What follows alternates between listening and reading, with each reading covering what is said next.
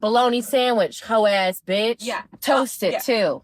You're watching the Bologna Sandwich Podcast with Julia Bernstein, the podcast you never knew you needed, featuring a middle-aged white woman covered in bologna.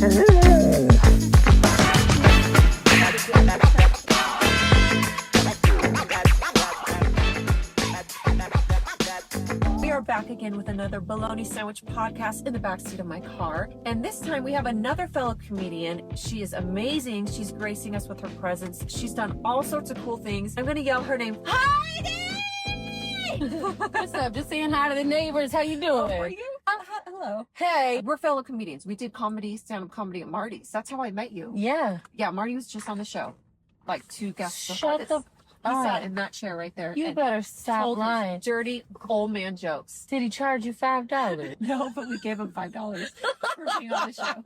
I'm glad that you're doing the show. I totally appreciate it. Do you want to tell people a little bit about who you are, what you do? We could start off that way, and then I'll interrupt you as I want. I mean, to be honest, I don't really know what I do. Like, I do so much that I'm honestly confused at this point. Like, I'm like, which resume do you want? Like, even like the other day, like I was like, do you want my Hooters resume? Like, I used to work at Hooters. Like, I've been a PA, I've been an executive producer. Like, I don't, at this point, like, I tell jokes. Like, it's like, it's not that like I'm a jack of all trades. It's just like, what do I do? I do know what I don't do. What?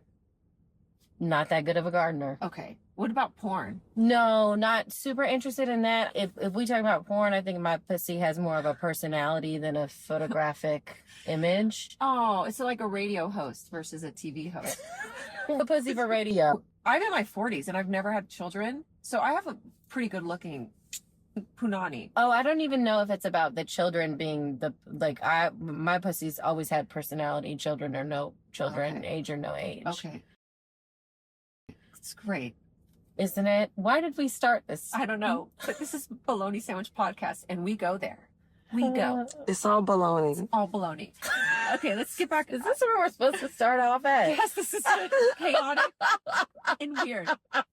Okay. When I was doing stand-up like 10 years ago, I remember you, and you've got that edge to you. I think that we like, what do you drop people that are the same as you to each other? What is that? Manifest? No. When you like personalities are drawn to each other. Yeah, you drop certain people, but like we each have our own weird personality. Magnets? Like we each have our own edge to yourself. Attract? Like, what is going on? We are not boring, and your personality shines on stage. So does your pussy. What? So- No, my pussy is never shined on just kidding. stage. Sorry, that was just me. My pussy is private behind a gated community. If that thing is locked away. Good. Are tight. you waiting for marriage? You know what's so funny that you asked that is when I was a child, I really thought that I was going to wait till I was married. Me too. I thought I was going to wait till I was married. I was 100% sure of it. And then I lost my virginity in LA.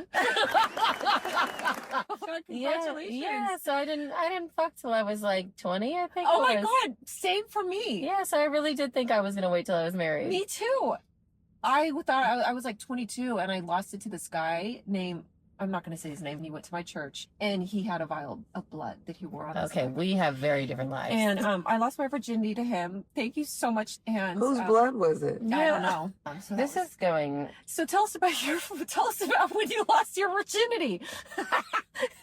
I'd rather not. It was just like, I thought that I was gonna like wait till I was married to meet my husband, and then like it felt like God was like must have missed my address, or like I don't know what was happening. Were you raised religious? No, I actually found God myself. Yeah, I like searched him out. I was looking for some sort of father figure, I think. Yeah. And that's sort of what God was pitching. So you found God because you felt like you did not have a father figure. And do you want to talk about that? Would you like to talk to us about not having a dad? I'm sorry. This is such a funny I'm episode. so sorry. She's like, you wanna... Damn, so nobody was there. You didn't even have a dad?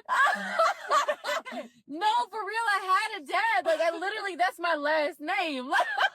Dad? No, oh, it's Heaslet. But like, no, so I live with my dad for like half my life. But just telling her that it'd be funny to do a funny episode of just asking obnoxious questions. Yeah, I feel like I just funny. Bro, my dad would be so mad. He'd be like, I swear I was there. And let's pull it together. Okay, come down. So what was it like? You know what? No one asked what it's like growing up without a mother. Like, wow. Oh, that's true. Oh, and you didn't have a mom either? Well, no, I had both. You have to have both to be born. You are like Annie. No, I mean, like, my dad and my mom were there as much as I guess they could be. Like, I don't know what was on their schedules, but it wasn't really necessarily me. Oh. Which is fine. Yeah. Sort of, because my grandma was there, but I was a surprise, you know. My grandma said they bounced me up and down the Central Coast like a basketball, and then I came to LA when I was 17, which is nearly 20 years ago. So when you came to LA, you came here all by yourself? yeah. How was that? I mean, That seems so scary. I looking back, I'm like, that is so wild. But to be honest, I just wanted to leave so badly. Yeah, your situation. I tried to emancipate myself multiple times, but apparently people have to sign the paperwork. Your parents have to sign for you to be Yeah, you can't. emancipated? Apparently, you're not allowed to just run away. They have to. There's like legal documents to like Okay. allow a 13-year-old into the world. You were in where were you? What state? Florida. Sounds like a Florida story. Here, bitch. I'm from here, about 3 hours away. Where the fuck you from? Bay Area. But we both were raised, well, we both had this idea in our head that we were going to not have sex till we got married. I thought that. And then I hit like 21, 22, and I was like, oh my God, I can't get married. I feel like I'm going to die. And then I lost my virginity. And then since you asked, I didn't have sex again until I was 28. I didn't ask. With the guy who taught salsa dancing, and I was going to go live with him in Dubai. Wait, he was This is a from lot of- Dubai and taught salsa? I just want to clarify. I didn't. And ask. since you asked about this next thing, do you feel like stand-up comedy is therapy for the comedian? You want a serious or Yeah. a funny answer? It can be both. Honest. I want an honest answer. I'm thinking about it from multiple perspectives. Like, there's been times where I really needed a laugh, and I was so grateful to have, like, to be able to sit in the back of a club and watch a comedian, like, do what they're supposed to do because I desperately needed it. And then, like, when I found out that I could also do the same, it almost felt like I was in debt of laughter. Like, I was like, oh, these people gave me laughs when I needed it, and now it's my job to do that. And then there's also times where I feel like people will be like, I want you to sound like this. And it's like, yeah, but I don't sound like that. Like, I sound like this, and you're just going to have to bear with it because this is the one time I get the mic. Like, all day I have to be like sweet and kind and polite and cool and like follow the rules. And it's like, for these next 10 minutes, I want to say, fuck you. Yeah. That's a great answer. It's honest. And then, like, sometimes people will be like, I'm so glad you said fuck you because I feel like I couldn't say it all day. Like, Yeah. so I don't really know, like, whose therapy it's for. Mm. I don't really know. Like, to be honest with you, I think comedy is more like music than it is therapy, and music can be therapy. Like, I'm giving you a real honest answer right now. Like, it's like when people are like, so-and-so is not funny, I'd be like, listen, just because a bitch can sing doesn't mean I like her song. Or when people are like, so-and-so is not funny, like, it's like this whole, like, this is funny, this isn't funny. It's like, it's not funny to you, but it don't mean it's not funny to someone else. And I can listen to someone and be like, it's not funny to me, but I see the beauty in it. Like, I can be like, oh, that ain't really something I rock out to, but I see why people like it. Like, you gonna deny someone their release just because you don't like it? Like, it's all subjective. You sold the show based on being in the stand-up comedy world. Do you want to talk about how that happened? Yeah, dude, it was wild. Yeah, like so stand-up gave me like a voice of like who I wanted to be, and I felt like more like seen, I guess. And then I was also on a dance squad at the time, and then there was another comedian who was like, hey, I want to do this dance show. I don't feel like I can do it without you. So then I was like, bet, let's just figure it out. And then we created this show that I really loved what it was in the belly room, which was Stand Up to the Streets. So the Belly Room, actually, like, I guess the history behind the Belly Room, which is wild, is like it was originally for belly dancers. Oh. And then it became a room that Mitzi made for female comics. So it's kind of wild that like that history crossed over, and it just hit, and it made sense, and it was like messy, and it was fun, and it was cool. And then like I have a lot of like friends in the dance world, so I was bringing them in. Yes. And I was like so embarrassed at first because I was like, oh my God, they're going to be like, you're making fun of our art form. Like, we're real dancers. And they like really actually loved it. Like, they were having a good time. And then whatever, it just hit. Like, we just kept selling out in this tiny room in the Comedy Store. And then networks started to come. And then we eventually went to the E! Network. And then it became the Funny Dance Show. And some changes obviously happened to make it to go to network. It was a process. Like, I feel like, I mean, I don't have no kids, but I feel like that was like me birthing a child. That was your baby. That's like how this show is for me. The Bologna Sandwich Podcast. Yeah. It's like my baby. I swear to God. Yeah. So I started this off over a Zoom, and then Dicey came in and just totally like helped me shape and form this. Yeah. So what are you doing right now, Heidi? You're still doing stand-up. Are you doing the Funny Dance Show? Funny Dance Show. Yeah, it was a hit. You can't even remember the name.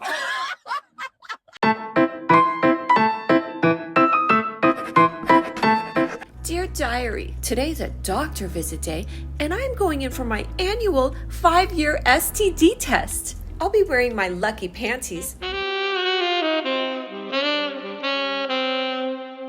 so everything should be fine. Dear Julia, don't you know that lucky panties are only for those who get lucky? Nice try though. Keep eating bologna, weirdo. Sincerely, your diary. Do you have any other shows? And I'm not wrapping up the interview. I'm just asking these questions. You want the real answer? Yeah, I do. I found out that I was the executor of my grandmother's estate, and that took about like the last year of my life to close out debts and things like that. Yeah, so like I've been doing that, and then I've been kind of like getting my legs back in stand up, and then like there's a few really fucking hot ideas. I want to kind of move into scripted. Okay. So I'm trying to like sell some scripted ideas. I'm doing stand up. And then, like, mostly I'm just trying to brush my hair and take a shower. I saw the picture of your grandma on Instagram. Yeah, she's my best friend. Is she the one that raised you? Yeah. What did she think about you living in LA and living in this world of entertainment? This bitch gonna put tears in my eyes. Jesus Christ. No, my grandmother, she was raised on a farm and went through a really tough childhood. And she always told me, like, you know, you get to do everything I didn't get to do. So, like, she was proud. Oh, she was the best. Oh, and you have so much more you're gonna do. You have more? Girl, stop! You shouldn't be asking about my grandma if you're not gonna have tissues in this bitch. No, you're fine. Starbucks. You're fine. You're fine. You're fine. It's just real. This is sweet. Is it? Yes, it's sweet. Comedy brings tears sometimes, and comedy is real, and comedy is honest. And you put all that. That is what comedy is. It's who you are. I mean, I think that, like, every emotion is a proof of life. Yeah. Like, I think that, like, often sometimes, like, we'll be like, oh, it doesn't make me feel good. It's not happy. The one thing I've learned is, like, you know, even when you're mad or whatever, it's like you obviously have to work through all those emotions, and you want to lean into the ones that make you feel happier and shit. But, like, at the end of the day, like, you gonna miss even when you got in a fight with someone you loved. You be like, oh, wish I could yell at that motherfucker one more time. Yeah. What's your long-term goal? Do you want to keep doing stand-up comedy? Do you want to produce shows? To be honest, I want to be able to just be rich enough to own a pager again. A pager? Mm-hmm. Like a pager? Yeah, I would love to just be able to... Should have gotten you a pager. No, but like a pager in the sense that I'm rich enough to just like have a landline and like a private life. And then in the process, obviously, like sell some more TV shows and maybe a movie and help whoever's on their way up, help them get up. Yes. Remember to help people. I mean, shit. Yeah. No, I'd love to have a pager and a private island. Wait, did it get too serious for a second? Like, I don't know how to do anything but be honest unless someone directs me to not be. Heidi, do you... I try to be professional. She is the most, look how professional she looks. And look how she comes. Like, she is insane. She's such a, This bitch is wearing heels. she's an oxymoron. She's a complete oxymoron. Her Why the whole, fuck you got heels on, ho? God damn it. We sitting in the fucking car. The best I did was put eyeliner and mascara on. And You look cool though. yeah, I know. And I love your sneakers. Thank you. These are actually Misfits, Jaden Smith. Oh. Okay, I'll dress like you next time, and next time you dress like me. No, girl. Dress I like a can't do professional. that. I can't do Why? that no more. Why? I'm 36. I'm 44. No, you not. You Yes, lying I am. ass bitch. Oh my God, thank you. I'm Lying You're ass like, bitch. you're You're 43. Shut up. I knew you were going to say something. I could feel it coming. You can ask me a question that's going to make me cry, but I don't cry because I don't have Yeah, I feelings can anymore. tell you don't cry, and that's why I'm not gonna ask you shit. Okay. This bitch hasn't even switched the card. We on the first card. All right, what's your story that is so ridiculous it's going to have us saying, that's baloney? One time I was dating this dude. We used to have to do drop-offs around LA, and then one time we was at the spot, and he was like, okay, so they saw you. You got to go inside. And then I went inside. I don't know if he's like a dealer or like a kingpin or whatever, but basically there was a bunch of guns lined up, and they were like, we think she a cop. I was like, I'm definitely not a cop. I'm just his girlfriend. And then they were like, okay, the only way that you can prove that you're not a cop is if you play charades right now and pass. Literally gun to my head. Thank God I knew Martin trivia. This is insane. That's a great baloney story. So my whole life is like an NDA. I like that. Yeah, like literally every time someone be like, what's the craziest? I'd be like, oof. I've hopped gates at mansions because they was about to do sex parties and I wasn't into it. I don't want to say that it like was going to be a sex party, but I just wanted to leave. I And completely then they were like, implore oh, you. the gate is closed. And then I was like, I'll climb the wall. They were like, no, you won't. And this was like before Ubers and shit. So like, I just had to walk down the Hollywood Hills on my own, just chilling. Well, don't act so intense about it. Like, I've been kidnapped. I mean, my ex got me and another girl pregnant at the same time. That was a fucking bologna sandwich. Cut that shit in. Everything's wild. Those are intense moments. Are they? Or are they just Yeah. not like those are like even casual moments. I had to pull a boss out of a strip club in Italy. Like, I've had to figure out how to get an elephant through a fucking set to make sure that the Mercedes commercial could happen. Yeah, I've had a lot of stuff. Wow. None of it sounds real. Like, it's why I just don't be telling people shit no more. I 100% believe you. Yeah, I'm like, once I die, they can pull the receipts. Are you still having crazy moments, or was that just for a few year span? I think it's gotten less crazy because I like opt to stay in the house or like stay around people that I trust. Even like on the positive side, you'd be like, why am I on the Sox field and my homegirl throwing the first pitch? Like, what is my life? Like, it's like, even on the positive side, like you just be like, what? Like, how do I live in a guest house in Bel Air? Like, what? Like, none of this makes sense.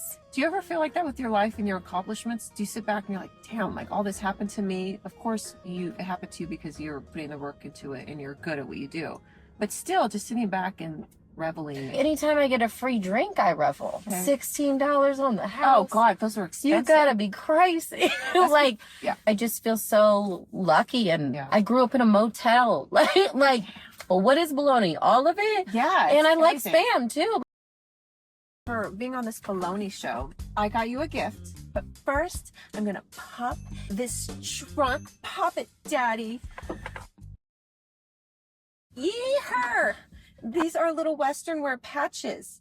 And because everyone's doing Western wear, and you could just iron these on. I things. love it, Yeah, Pat. there's 2 of them there. Oh my Yeah, gosh. isn't that cute? Put them on jeans. I know how patches You work. can just take a hot iron. Bitch, stop making me cry, bro. I'm tough. It's from your grandma. Stop, dude. Grandma wanted me to give this to you. Oh, do you have anything that you want to plug? Any events coming up? Anything that you want to talk about? Your Instagram handle? You know, I just want to plug that life keep going, bro. So find me where I'm at. Can I use that line? It's like so like kingpin of you. Yeah, let me go, bro. Find me where I'm at. So you can just sign wherever you want on this Turtle Toy. And you can put whatever name you want, preferably your name. I only have one name. Perfect. It's like a yearbook, but different. Heidi, thank you so much for doing the show and talking to me and the audience. And I forgot they were here. Yeah, they're there. And opening your heart and being honest and silly all at the same time. And being beautiful. What is this, the compliment card? Yes. No, I'm going to fight you. Thank you for being beautiful and honest and real. Dude, I'm Feel these emotions. Feel these emotions. Get these emotions, Heidi. No, I thank you because it's like you just pulled up to where I'm at. I just got to hop in the car. Okay. I have a question. Oh my God. Did it feel like I was hitting on you? Because I wonder if this is what people think when I talk to them. It actually did not feel like you're hitting on me because I'm not interested in women. Thanks so much, Heidi, for being on this show in the backseat of a car. You're very trusting. I see LA has done wonders for you. And What's up? I'm Heidi Heaslet, and this is the Bologna Sandwich Podcast with Julia Bernstein.